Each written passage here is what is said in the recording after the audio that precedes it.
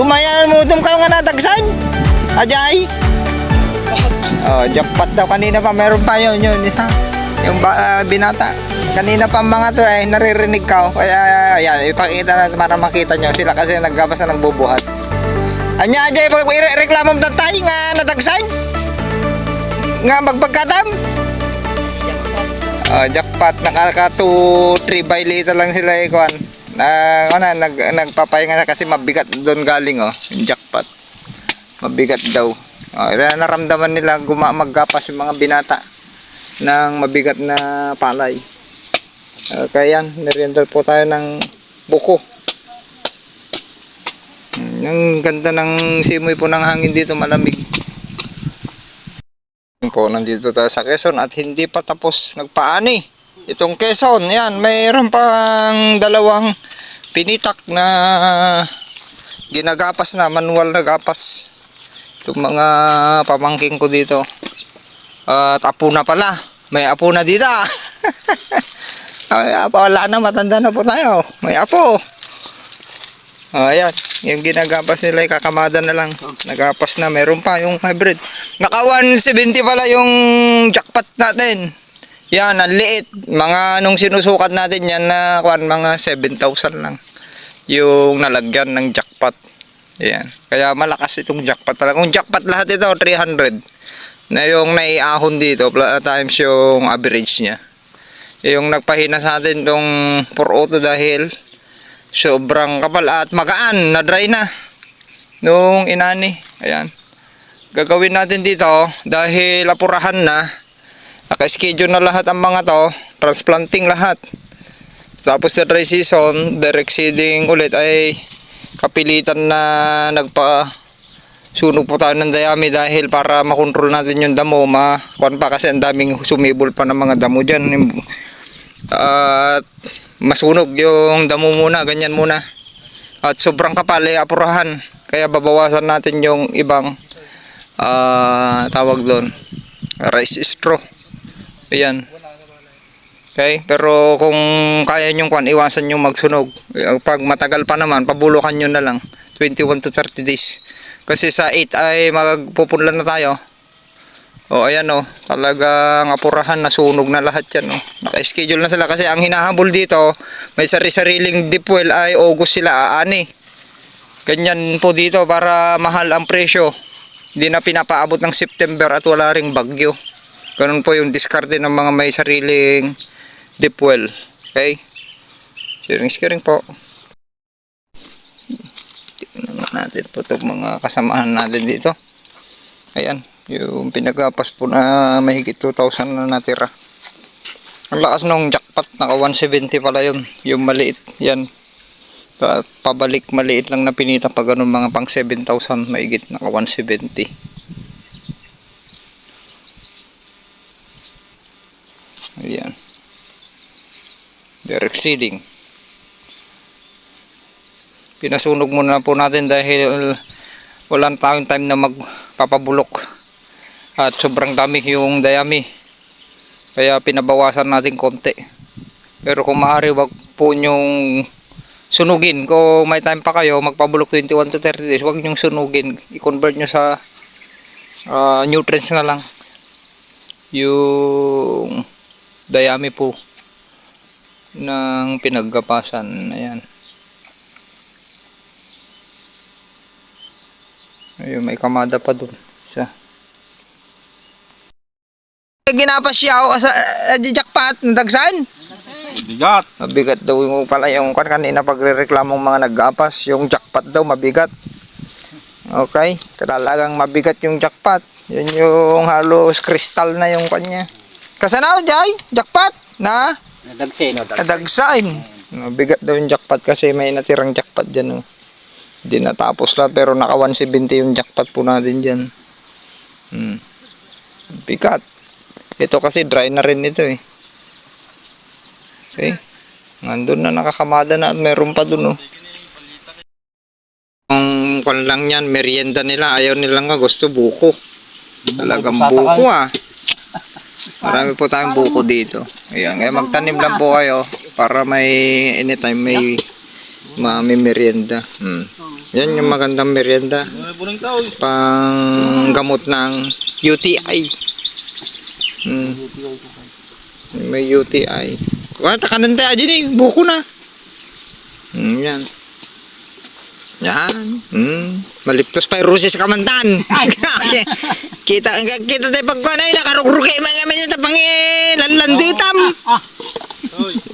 Linisan mo tayo din eh. Gabubo di solar. Oh, madamdama na leptospirosis kamantan. Nagimasain.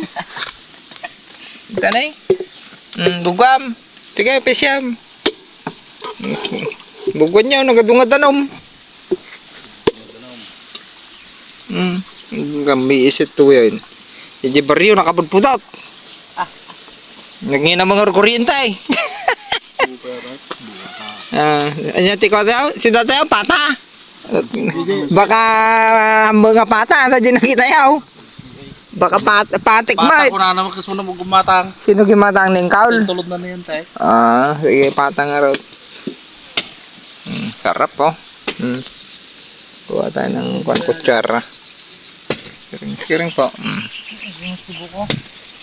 Dito lang po tayo sa tabi ng pispan. At pagkatapos yan, mamaya papasukan na natin ng tubig po yan para makuha na bukas. Don't prep na po tayo. Hey, kuyang buko. Ganti ba pa yan? Ngayon mo sa aking jarit dyan.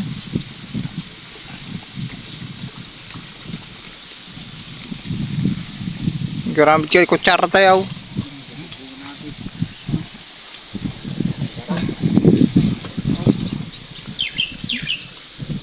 Magkutsarning kul nga main. Naman mga la kutsarak. Ay, kaya? Wain. Ang daman.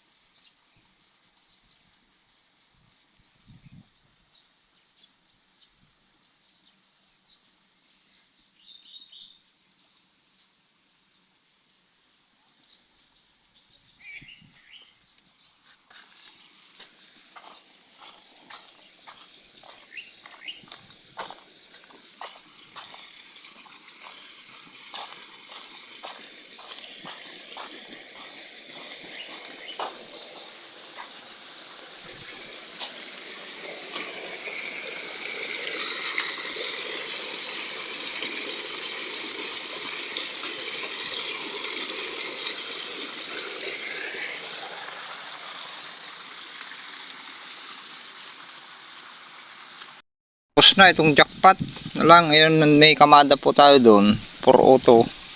Tapos 4 auto din yun. Tapos jackpot. Pangkain na lang po to. Hindi na ibebenta. Ang daming pambigas. Meron pa tayong 30 kaban na pinambigas sa malig. Plus ito pa oh. Daming bigas. Pero papatikman natin ng bigas ang mga to. Lahat ng mga to. Para matikman yung sarap ng jackpot 102. Yan o. Sige, lipas siya. Untakuan. Hintay mga anayin. Dami naman mamaminsanan. Basti tayo. Basti lang angis na tan. Pakastoy ko ano damdaman ni kwa. Sir Pritch. Ni operator na. Dahil lilipas daw 2 hektarya. May tinatapos na 2 hektarya si Sir Pritch. At mamaya ay papapunta sila dito para matapos na. At babawi tayo ngayong wet season. August ang ani po natin. Kaya apurahan na po ito. Para makuha natin yung mataas na presyo. At wala pang bagyo. At maisagad natin. Maximum yield ulit natin ito. Lalo ipapatransplant natin. Tapos sa dry season ay direct seeding ulit. Tignan natin kung mai-request natin yung sa Department of Agriculture dito sa Quezon, yung drone direct seeding, lahat ito. Yan, ito kasi at saka yan ay talagang magkasunod lang yan na parehas kung ano yung gagawin dito. Gagawin din dyan sa pang 8 hectares dyan. Kaya tapos ito, pwede rin nating kumbinsin ito. Dating iisa kasi ito, tapos ito. Ayan. Ayos ah. Praktisado agad ubingan. Pagkatapos nyo dyan, dito giwaras kay takay. Yan, kuupahan natin yan, 2 binata at kwan. Kakalat natin yung galing Department of Agriculture. Imimix natin yung pig manure po natin na ilang buwan na naka-stack dun. Para siya pang mababawas natin sa fertilizer na galing Department of Agriculture. Ganun po yung kwan natin. At susubukan nating i-target yung mas mataas na ani ngayong wet season. Ilulod natin yung lahat ng pwede nating ilod na sustansya. Gaya ng iiwanan natin yung dayami at pabubulagin. Mahigit 10 tons na rice straw, rice stock. Kasama yung roots. At yung process manure ng Department of Agriculture. At yung imimix natin yung pig manure natin para hindi masayang. Tapos inisprayan natin ng compost activator na Ganoderma galing Department of Agriculture. Compost fungus activator. Ganon yung pangalan nun. Ganoderma rin po yun. Line ng Ganoderma rin po yun. Na pampabulok. Ayan, isprehan natin yan pagka bago magbasag na ikalat na. Para masundan nyo yung mga gagawin po natin sa Malig Farm, sa Project Atlas. At dito ay isprehan din natin ng pampabulok. Yun nga lang nagpasunog tayo konti dahil apurahan po ito. May schedule kasi ito sa transplanting, hindi pwedeng ang daming dayami. Kaya binawasan lang natin konti dun sa bandang likod. Kasi matigas dun, banday, papaararo natin ito, papapitpit. Okay, maraming salamat. Happy farming! Good afternoon mga ka-farmers, yan, patapos na tayo. Kababalik natin dahil tumawag si Surprise. Ayan siya, yun yung harvester kung saan. Pinarikat na pala harvester mo, mate. Awan na kita. Talaga parikatan sa harvester mo. Sinulit na. Ayan si Surprise, sinulit na yung harvester niya, sinulit. May kamada pa pala sila dito. Tapos yung kamadang isa, ayan, may kamada pa pala sila dito. Kaya umikot dyan sa poultry. Bumaba dito. Ayan, palubat na tayo. At ito, next cropping. Kung titignan natin kung dapat agahan natin magpakuan. Yung mga kanal dito ay palaliman natin. Atoy, dapat mapaunig to. Kasi lagi ni Sir Brett, naunig ti kanal. Wine. At ating nga na ya, tano dalusutin na. Tala na lawa unay ya. Tano para ma-drain talaga yung. Gente, abay ti kwantaon, abay ti tambak. Yung lalagyan pa natin, malayo masyado yung kanal natin para kwan na. Para hindi masira to. Woy, nagkanal pa dito na sulpot ti jay. Tada yung unay, tano natanggan ton. At ado, masayang mo lang yan, isakripisyo mo lang di kanalin. At ado nga bannog. Parang yung ginawa ko sa kasili. Para mapatigas itong kasi nga ito nasa taas po yung pispan. Ang taas ng pispan. Ayan na. At least matatapos na. Ayan, ibibilad bukas yan doon sa tapat ng barangay hall.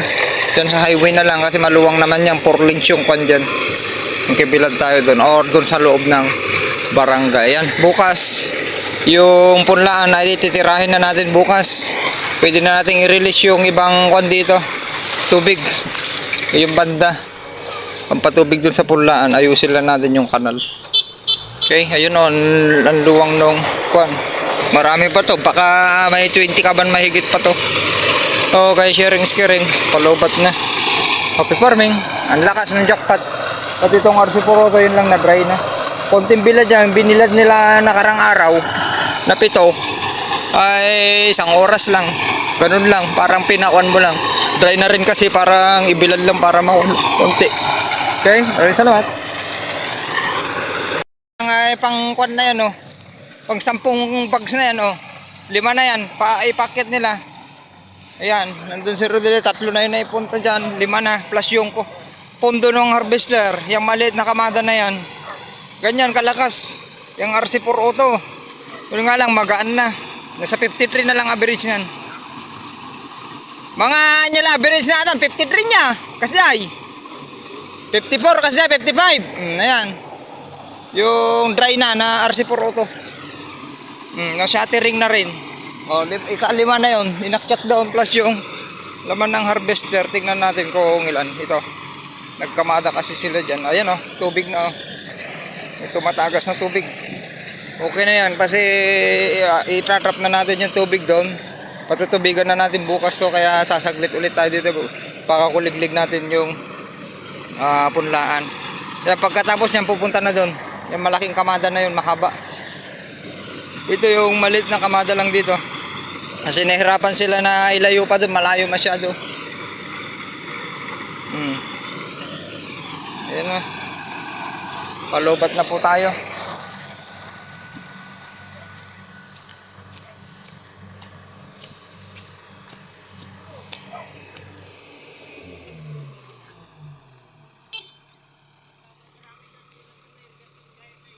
Ikain na matan niya. Nakamanaw. Indam, mawanain. Nirigrig namin ain. Oh, indam. 6 yan. Kaya 20 kaban. Pati yun. Okay, kasano kadagsain? At dry na. Pang 54, 55. Kung ano ni jam mo? 54, 50. Tubigan na po natin. Pinapaayos na natin. Patutubigan na yung punlaan. Yan si Sir Fritz, oh. Oh, yan na. Nandiyan na sila. Jackpot! Jackpot! Ay, made! Jackpot na imulak daw! Ibunubong ka, oh. Alakin ni ko, ha. Alicia. Ni Master Uko. Nagpa-reserve talo. Nga bag. Nagpa-reserve talo nga bag ni Master Ernesto. Uko. Hoy, pangkuntualan dyan, Alicia. Ang dami ng 37 na. Yung jackpot na pinili. Tatay, tuntong-tong kami. Oh, dito si Sir Fritz. Oh, kasimpleng tao.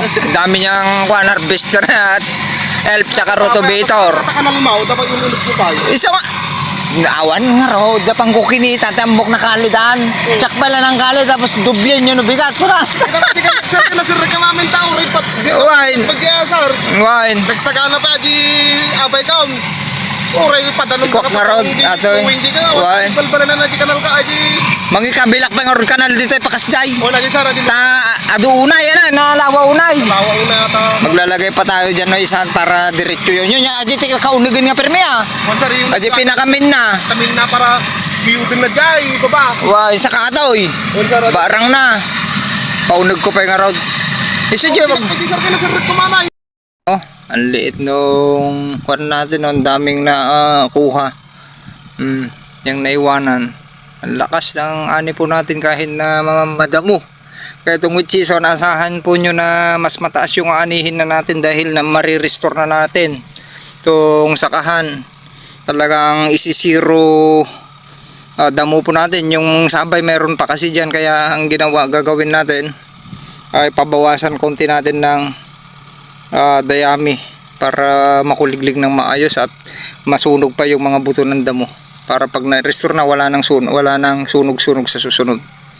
Okay? Ayan, tapos na yan si Fritz. Nag-uusap kami, nag-sharing ideas ulit sa pagpapalay. Malakas na romani yan para lahat tayo ay makikinabang po.